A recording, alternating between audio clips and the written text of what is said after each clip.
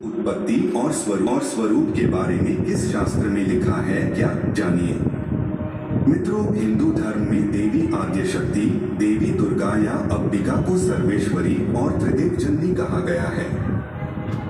वेद, उपनिषद, पुराण सहित अन्य हिंदू शास्त्रों में उनकी उत्पत्ति और स्वरूप का विस्तार से वर्णन किया गया है। आइए इस वीडियो में हम विस्तार से जानते हैं। मित्रों, आगम शास्त्र शक्ति तत्व एवं शक्ति उपासना संबंधी सर्वोत्कृष्ट, अत्यंत विशद, अप्रतिम एवं प्रामाणिक ग्रंथ हैं। इनके अनुसार ब्रह्मांड की उत्पत्ति से पूर्व भी देवी थी, जो अकेली ही प्रकट हुई थी। तब कहीं कुछ भी नहीं था, अतः देवी को केवल अपनी ही छाया दिखाई दी। इसी छाया से माया बनी, जिससे मानसिक शिव हुए। इसी आधार पर आगम शास्त्रों में शक्ति को शिव की जननी भी माना गया है। सृष्टि रचना हेतु देवी ने इसी मानसिक शिव को अपने पति के रूप में स्वीकार करके सृष्टि रचना की।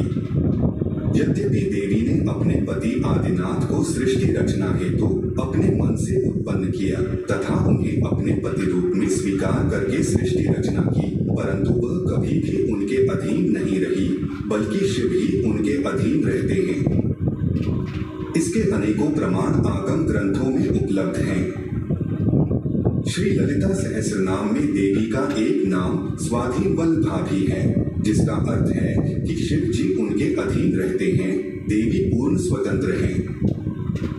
देवी भागवत के अनुसार देवी भागवत के स्कंध 7 में भगवती अपने पिता नगाधिराज हिमालय को अपने प्राकट्य का विवरण देते हुए कहती हैं, आदिनाथं मानसिकं स्वभर्ता तु प्रकल्पयितमेवा पूर्वं च नान्यत् किंचित् गाथित तदात्मरूपं चित्संवित् परब्रह्मैकनामकं स्वाशक्त्याश्च समायुगार्हं बीजात्मतांगता स्वाधारावरणा तस्यादोषत्वं च समाप्तम्।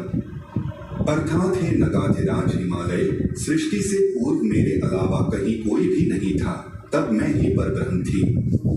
अपने ही आधार शिव का वर्ण करके मुझ में दोष आ गया और मैं एकोहम बहुश्याम की कामना करके सृष्टि रचना में निमग्न हो गई।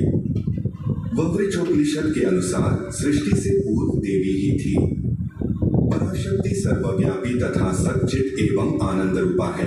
पराशक्ति, चित शक्ति, परमेश्वर, ब्रह्मांड जननी तथा आद्याशक्ति, ब्रह्मा तथा आत्मा सब इसी के नाम हैं।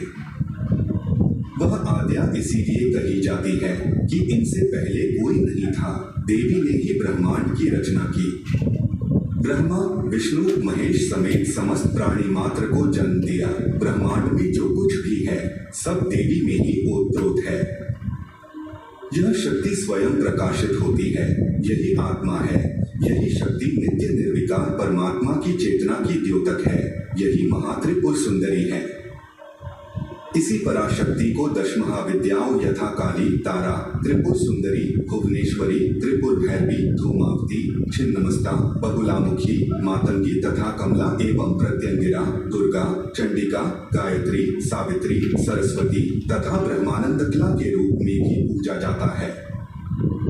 विभिन्न शास्त्रों में शक्ति शब्द को विभिन्न अर्थों में प्रयोग किया गया है। आगम शास्त्रों में इसे पराशक्ति कहा गया है, जो सच्चित आनंद स्वरूपा ब्रह्मा है।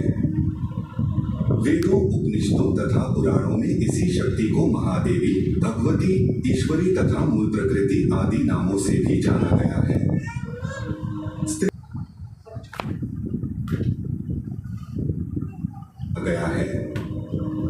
स्त्री रूपम वा स्मरेत् देवीपुं रूपम वा विचिन्तयेत् अथवा निष्कलं ध्यायेत् सच्चिदानंद विग्रहे। शक्ति के स्वरूप के संबंध में वर्तमान समय में अधिकांश हिंदू धर्मावलंबियों के मन में अत्यंत भ्रांति मूलक, असत्य एवं अस्पष्ट विचारधाराएं विद्यमान हैं। इसका मुख्य कारण यही है कि ऐसे व्यक्तियों के पास इस परम दिव्य, परम उदात्त एवं परम अद्वैतवादी शाक्त दर्शन को समझ सकने के लिए सूक्ष्म दृष्टि तथा सूक्ष्म विवेक है ही नहीं। शक्ति के वास्तविक स्वरूप का दिग्दर्शन कराने के लिए इस वीडियो में आगम शास्त्रों, वेदों, उपनिषदों, पुराणों, देवी अथर्वशीर्ष से कतिपय उदाहरण प्रस्तुत करते हुए शक्ति के कुंडलिनी रूप, प्रकाश रूप एवं विद्युत रूप का भी संक्षिप्त परिचय दिया जा रहा है। गणपतियों के गणपति, शैवों के शिव, वैष्णवों के विष्णु तथा है। जिस परम तत्व को वेद मंत्रों ने पुल्लिंग शब्द से, वेदांतियों ने नपुंसकलिंग से प्रतिपादित किया है, शाक्त धर्म प्रेमियों ने सच्चिदानंद स्वरूपा उसी महाशक्ति को स्त्रीलिंग मानकर प्रतिष्ठित किया है। आगम शास्त्रों में देवी के विभिन्न स्वरूपों, साकार एवं निराकार का प्रतीकात्मक विवरण भी मिलता है। 10 महाविद्याओं के अंतर्गत प्रथम महाविद्या श्री आद्या काली के साकार स्वरूप का जो विवरण उपलब्ध है, उसके अनुसार काली का रूप अत्यंत भयंकर एवं डरावना है। उनका वर्ण काला है, परंतु शक्ति के उपासक उन्हें परम रूपवती तथा करोड़ों सूर्यों के समान प्रकाशमान देखते हैं। वह दिगंबरा है, परंतु भक्तों को समस्त ऐश्वर्य प्रदान करती हैं। उनका निवास स्थान श्मशान है, जहां पहुंचते ही स्वतः वैराग्य उत्पन्न हो जाता है। काली मुक्तकेशी है, शवासना है। काली का यह विशिष्ट रूप भक्तों के मन में वैराग्य तथा अद्वैत भावना उत्पन्न कर देता है। श्री आद्या का पुरुष रूप ही श्री कृष्ण है। वह स्वयं बताती हैं, ममैव पौरुष रूपं गोपिका जन मोहन, अर्थात गोपियों का मन मोहने वाला मेरा पुरुष रूप श्री कृष्ण है। कदाचिदाद्या ललिता पुरूपा कृष्ण विग्रहा, कदाचिदाद्या श्री तारा पुंरूपा राम विग्रहा, अर्थात कभी त्रिपुर सुंदरी श्री कृष्ण का रूप धारण कर लेती हैं तथा कभी तारा श्री राम का रूप धारण कर लेती हैं। श्री काली एवं श्री कृष्ण में मूलतः कोई भेद नहीं है। श्री कृष्ण के अधिकांश मंत्रों में कामबीज की ही प्रधानता है। शक्ति ग्रंथों में श्री विष्णु के 10 अवतारों की 10 महाविद्याओं से एक रूपता सिद्ध की गई है।